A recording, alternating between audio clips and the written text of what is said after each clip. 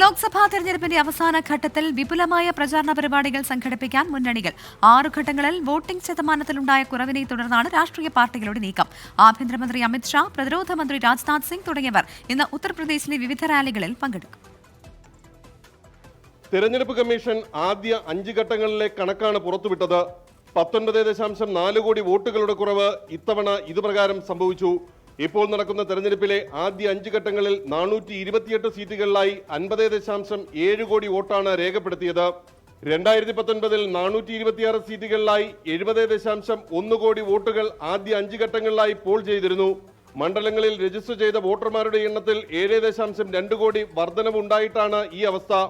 ശക്തി കേന്ദ്രങ്ങളിൽ പോലും തിരിച്ചടി ഉണ്ടാകുന്നു എന്ന വിലയിരുത്തലിന് രാഷ്ട്രീയ പാർട്ടികളെ നിർബന്ധിതരാക്കുകയാണിത്. ജൂൺ 1 നടക്കുന്ന 7ാം ഘട്ടത്തിൽ സാധ്യമായ കൂടുതൽ സീറ്റുകൾ നേടാനുള്ള നീക്കങ്ങൾ ഈ സാഹചര്യത്തിൽ ശക്തമാക്കുകയാണ് രാഷ്ട്രീയ പാർട്ടികൾ. രാഹുൽ ഗാന്ധിയും നരേന്ദ്രമോദിയും ഇപ്പോൾ നിശ്ചയിച്ചിട്ടുള്ളതിനേക്കാൾ കൂടുതൽ റാലികളിൽ അടുത്ത ദിവസങ്ങളിൽ പങ്കെടുക്കും. അതേസമയം 400 സീറ്റ് കടക്കുമെന്ന തന്റെ അവകാശവാദത്തിൽ നിന്ന് പിന്നോട്ട് പോയിട്ടില്ലെന്ന് അമിത്ഷാ വ്യക്തമാക്കി. തെരഞ്ഞെടുപ്പ് പരാജയത്തിന്റെ കാരണം ഇത്തവണ കോൺഗ്രസ് ഖാർഗെയുടെ രൂപത്തിൽ ജൂൺ 4 കണ്ടെത്തുമെന്നും അമിത്ഷാ കുറ്റപ്പെടുത്തി.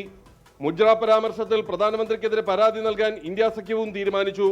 ചരിത്രത്തിൽ ഒരു പ്രധാനമന്ത്രിയും പ്രതിപക്ഷത്തിന് നേരെ ഇത്ര നീചമായ പരാമർശം നടത്തിയിട്ടില്ലെന്ന് പ്രിയങ്ക ഗാന്ധി കുറ്റപ്പെടുത്തി.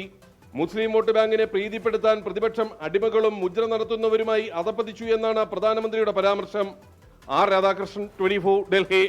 വിധി ദിനത്തിൽ 24 മാജിക് ജൂൺ 4 ചൊവ്വാഴ്ച രാവിലെ 5 മണി മുതൽ 24-ൽ.